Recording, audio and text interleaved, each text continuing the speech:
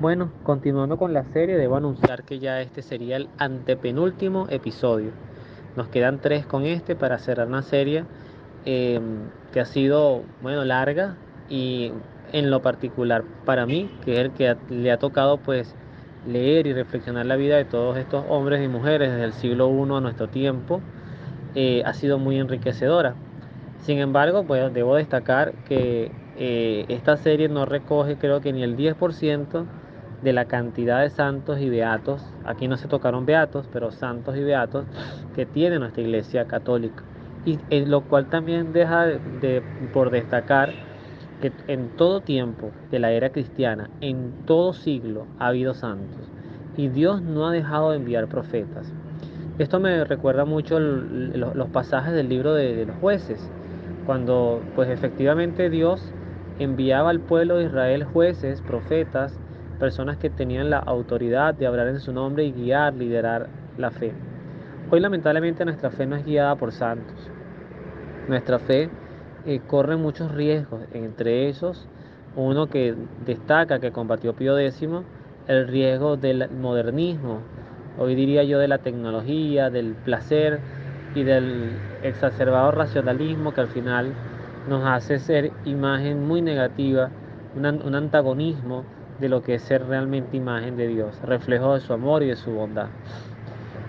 Este santo Pío X, y yo diría que inició una camada, si me permiten el término, de papas santos en el siglo XX, un siglo que no fue nada fácil y que además pues vivió las dos guerras mundiales que fueron terribles, mortales, que además vivió el avance de una descomposición social agudísima que se hizo más aguda en la década de los 60, 70 en adelante.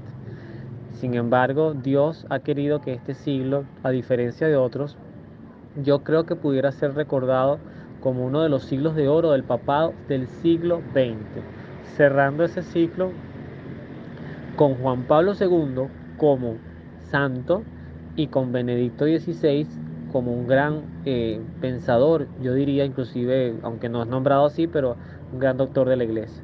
Con ello no desmerito, por supuesto, a un papado que está en curso, que todavía no me corresponde juzgar, que es el Papa Francisco. Ya el siglo XXI pues dará su propia historia y quienes les toque analizar ese siglo, del siglo XXII, que ya no estaría acá, en este plano existencial, pues harán la reflexión de vida. Por eso no hago reflexión de algo que todavía sigue en curso.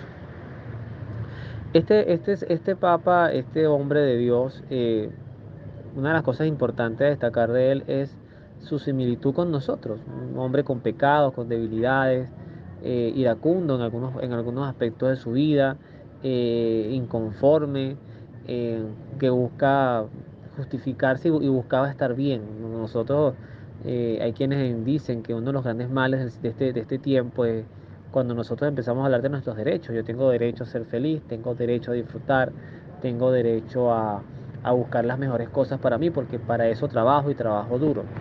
Cuando nosotros nos llenamos de argumentos y de derechos y de cosas que al final lo que van haciendo es construyendo nuestro propio altar para nosotros mismos.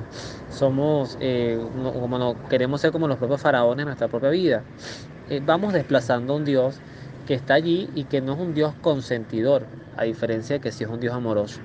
Y un Dios amoroso con sabiduría es un Dios que sabe darnos y sabe hasta dónde darnos y también sabe qué quitarnos y sabe hasta dónde quitarnos. Por lo tanto, no es bueno tener una figura del Dios que complace nuestros derechos, sino que nos educa y que nos moldea para que podamos alcanzar el único y diría, pero radicalmente, el único sentido de la vida humana, que es la santidad, cosa que también sigue siendo una gran deuda y posiblemente una de las grandes debilidades del ejercicio hoy de la catequesis. Fíjense que algo que destaca el texto, y de hecho voy a aprovechar para compartir en este audio una reflexión que hacía sobre el tema de la catequesis, porque eh, Pío X pregonaba la formación del cristiano. Fíjense que inclusive esto de vetar papas y los gobiernos seculares estar metiendo sus garras en las cuestiones de la iglesia fue una de las cosas que inmediatamente él derogó, porque fíjense que él en cierta forma no le correspondía ser papa, sino a este hombre checoslovaco que, bueno, al final no pudo ser por un veto. Pero en todo esto siempre está la voluntad de Dios, no olvidemos eso. Pero justamente en los aspectos catequéticos de la fe, una de las cosas que uno puede percibir de Pío X es la necesidad, y yo he hablado de esto en otras oportunidades, de que hoy más que nunca los católicos en general, consagrados y laicos, se formen y se formen bien, se formen a veces hacemos las cosas al revés, partimos de la interpretación, leemos el título y del título entonces queremos nosotros hacerle el contenido, y eso no funciona así. La fe tiene título, tiene contenido e inclusive ya tiene reflexiones de nuestros padres y doctores de la iglesia. Entonces, la catequesis no es una pedagogía, la catequesis no es un proceso educativo centrado solamente en conocimientos y en estructuras o en quehaceres. La catequesis es la presentación de un ser a otro ser que no lo conoce. Y tú eres el intermediario. Es como cuando tú presentas a un amigo, a un sacerdote, a alguien, mira, conoce a esta persona. Y luego de esa experiencia de conocerlo, pues la persona va desarrollando una relacionalidad con ese Dios vivo, no el Dios teórico, no el Dios de maqueta, de bailes, de cantos, de aguinaldo, ahora que estamos con las misas de aguinaldo en Venezuela, no es nada más esto, no es el Dios del hacer, el Dios de como en los procesos escolares, no, es el Dios que te acompaña, que se hace amigo, que se hace persona, porque no, yo también diría, y aquí también para que no perdamos el respeto, el que dijo que no nos llamaría siervos, sino amigos, fue Jesús, no el Padre. Al Padre hay que reconocerlo como Dios, como Señor, hay que arrodillarse ante Él, al igual que con el Hijo y con el Espíritu Santo. Pero nosotros no debemos ser tan igualados en muchas cosas que no están marcadas a que lo seamos, sino que más bien están llamadas a que tengamos una relacionalidad como criaturas que tienen un amo, que tienen un Señor que es Dios. Ese planteamiento a veces antipático, porque cuando uno habla de amo, pues la gente automáticamente asocia esclavitud. Pues también creo que es importante, y lo vemos en la figura de Pío X, es que nosotros nacimos, y esto no va a gustar, pero lo voy a decir, nosotros nacimos para ser esclavos. La diferencia es el tipo de amo que escogemos. Nosotros no, nada de nuestra propia existencia lo podemos explicar. Todo nos fue dado. Nos fue dada la vida, nos fue dada la familia sobre la cual naceríamos, nos fue dado el país, nos fue dado los miembros de nuestro cuerpo, los sentidos, y a partir de ese dado que nosotros no hicimos nada para lograrlo, es que uno va construyendo metas y objetivos. Entonces a mí me agrada el hecho de pensar que Dios es mi amo y que yo soy su esclavo. De hecho, María no tenía ningún reparo en decir yo soy la esclava del Señor, hágase en mí según su palabra. También lo dirá en el Magnífica. Proclama mi alma la grandeza del Señor y se alegra mi espíritu en Dios mi Salvador, porque ha mirado la humillación de su esclava. María no tenía ningún reparo en reconocerse esclava de Dios, pero es un Dios que no es un esclavo a razón de la esclavitud humana, torturador, explotador, opresor. No, es un Dios que da libertad, pero que lo único que pide es que se le permita, se le reconozca y se le dé espacio en nuestras propias vidas. Y es increíble cómo nosotros que a veces buscamos tantas cosas sobrenaturales, horóscopos, adivinaciones, energías, péndulos, yoga, el poder de la mente, no nos damos cuenta de todo lo que nosotros pudiéramos lograr con dones preternaturales, sobrehumanos, por el solo hecho de aceptar a Dios con humildad y dejarnos eh, bañar, inundar por las gracias que el Espíritu Santo da. Aquí no se trata de ser superhéroes, pero es que efectivamente una persona que vive una gracia absoluta, plena, casi perfecta, porque no va a ser perfecta en esta vida, jamás, pero sí casi perfecta. Estamos hablando de, por ejemplo, los sacerdotes que tienen la capacidad de perdonar los pecados porque se les ha dado ese poder de expulsar demonios, de consagrar la Eucaristía, de hacer homilías que conviertan el corazón humano. Y pareciera que ese ejercicio ya ha dejado de ser atractivo porque más atractivo es montar verbenas, hacer bailes, hacer comelonas, eh, y perdemos el gran sentido de la propia vida humana, que es precisamente llenarnos de la gracia de Dios. Con esto no critico el hecho de que se hagan estas comelonas y se ayude al prójimo, pero es que no es el centro en sí mismo de la iglesia. La iglesia no es un centro de asistencia social, la iglesia es un centro de asistencia espiritual, donde transforma al individuo y derivado de esa transformación es que vienen todos los frutos de ayudar al prójimo, al necesitado. Hay muchas personas que ayudan al necesitado y son unos patanes en el ejercicio de la fe, ya, o andan restregándole a todo el mundo lo que hacen. Entonces, ciertamente, en este Papa, además eucarístico, que comparto además el concepto de que él decía que el niño apenas sepa a quién está recibiendo, pues puede comulgar. De hecho, si no me equivoco, el Código de Derecho Canónico establece a los 7 años de edad como una edad donde el niño tiene conciencia más absoluta de sus propios actos. Entonces, bueno, un santo de nuestro tiempo, un santo de nuestra época, un hombre de Dios, un hombre que además después se le atribuye una gran bondad, una gran humildad, una gran capacidad de servicio, además que siempre se consideró indigno y consagró su papado centrado en el sufrimiento.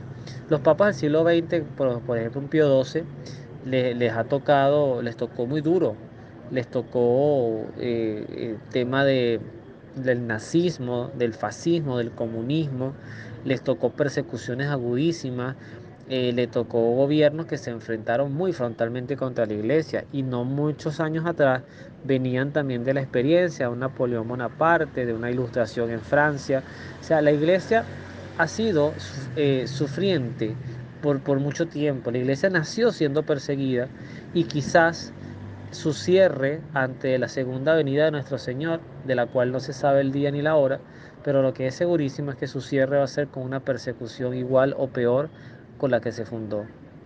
Eso nos hace preguntarnos a nosotros o a las generaciones por venir si realmente estamos dispuestos y preparados para ofrecer esas persecuciones y ese sufrimiento a razón de nuestra propia salvación, porque acomodarse al mundo es lograr quizás días o años de paz, pero eternamente es perder a Dios. Algo que en algún punto de nuestras propias vidas, no hablo de la vida de más nadie, sino de la tuya y la mía, el que me escucha y la mía, tenemos que replantearnos muy bien cómo nos estamos preparando, con serenidad y con calma, para cuando llegue el momento en que esta vida termine y venga el llamado a Dios. Estos papas del siglo XX fueron hombres muy espirituales, no fueron perfectos. De hecho, el mismo Juan Pablo II, que es un hombre a quien yo admiro muchísimo, un gigante de verdad de nuestra fe, Juan Pablo II el Grande, se le pudiera decir inclusive, fue un hombre que también tuvo sus defectos y sus debilidades, tuvo sus imprecisiones, pero fue un hombre que movió la iglesia y le dio presencia, pero una presencia real, sin mover, sin dejar en cuestionamiento o en espacio abstracto las doctrinas de nuestra fe católica. Frontalmente habló en contra del aborto, del matrimonio entre hombre y la mujer, de la consagración de hombres al sacerdocio, y lo decía con autoridad porque era una autoridad dada al cielo. Finalmente, voy a recoger algo que escuchaba hoy en Twitter de San José María Escrivá de Balaguer, que me parece oportuno para cerrar, porque estoy hablando de un papa y es el último papa del cual voy a hablar en esta serie, porque ya los otros dos que quedan, me queda una santa y luego me queda otra santa, me quedan dos mujeres, pero no papas. Este es el último hombre inclusive del cual voy a hablar. Este es, como le digo, el antepenúltimo, después del penúltimo, después del último episodio. Decía San José María Escrivá de Balaguer que primero tenemos que amar a Dios, un amor absoluto, Padre, Hijo, Espíritu Santo, luego a María y luego al Papa. Y el Opus Dei, aunque es muy criticado, algo que caracteriza al Opus Dei dentro de su esquema carismático es el respeto y la obediencia absoluta como carisma al Papa, porque su fundador así lo enseñaba. Él decía, nosotros no somos quienes para criticar al Papa. Yo he criticado al Papa y me costaba. Yo a Francisco al principio lo defendía mucho y tenía a veces agarrones por las redes sociales con algunos conocidos por redes que de verdad se iban contra el Papa y le decían que era un hereje, que era un blasfemo, que lo que sea. Nunca he estado de acuerdo con esas posiciones extremas, me parecen muy dañinas. Sí hay cosas del Papa Francisco que no comparto, que me parece que son innecesarias y que han generado confusión en la iglesia, pero es el hombre elegido por Dios. Yo de hecho a Francisco lo he llamado el Papa del brote. Cuando uno se va a hacer un examen de alergia, uno le coloca unas inyecciones y lo que se va brotando es lo que te da alergia. Yo creo que con Francisco hemos podido ver el rostro real de nuestra iglesia. los obispos que están, hay que orar mucho por ellos, que están totalmente fuera de la doctrina, malos pastores que además si no corrigen sus caminos, no me quiero ni imaginar el destino eterno que les va a esperar.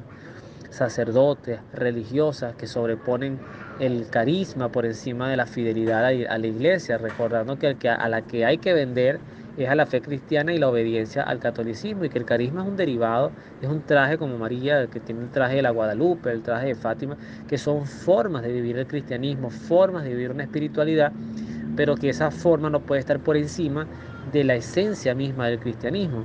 Y nosotros los laicos, que a veces nos las tiramos de que somos demasiado buenos, que si somos catequistas queremos pues imponer nuestras propias ideas, queremos ser revolucionarios a veces en la iglesia, y la iglesia no está para eso. De hecho, yo diría, y estoy seguro que me voy a equivocar, pero yo diría que los tiempos de fundadores y de creaciones de carismas y de órdenes ya cesaron, ya no hace falta. Más bien quizás lo que debería haber es un salto atrás y empezar todos a agruparnos nuevamente en una sola sala, donde más allá de los carismas entendamos que estamos bajo la mirada, bajo el ala protectora de un mismo Dios, que es Jesucristo, que es el Padre y el Espíritu Santo, y con María Santísima siendo iluminados por su gracia. Así que bueno, gracias Dios por este Papa, el Papa Pío X, el Papa de la Eucaristía. Yo no sé si lo que voy a decir es correcto, pero creo que Venezuela inclusive cuando fue consagrado a la Santísima Eucaristía, que fue con Monseñor Castro en Caracas, si no me equivoco, y pido disculpas por la imprecisión, es que yo trabajé en un colegio de las siervas y se honraba pues a Monseñor Castro, y creo que fue en el papado de Pío X cuando esta consagración se logró. Y si no me equivoco también, creo que somos el único país del mundo que está consagrado a la Eucaristía. Así que no es poca cosa mi país Venezuela, a quien amo y de quien debemos sentirnos orgullosos, porque esas protecciones, además un país muy mariano, pues tienen que llevarnos a dar un paso más valiente para poder tener una fe de identidad, que con el testimonio se predique sola y no una fe de conocimiento, de proyectos, de planificaciones, porque eso no le está haciendo bien a las catequesis, de verdad que no. Y como les digo, perdónenme mi enorme ignorancia, pero lo hago público. No le está haciendo bien a las catequesis esos esquemas donde nos centramos más en las planificaciones y en el conocimiento que en el propio testimonio que el catequista puede llegar a dar con su propia vida. Que Dios los bendiga, nos vemos en oración.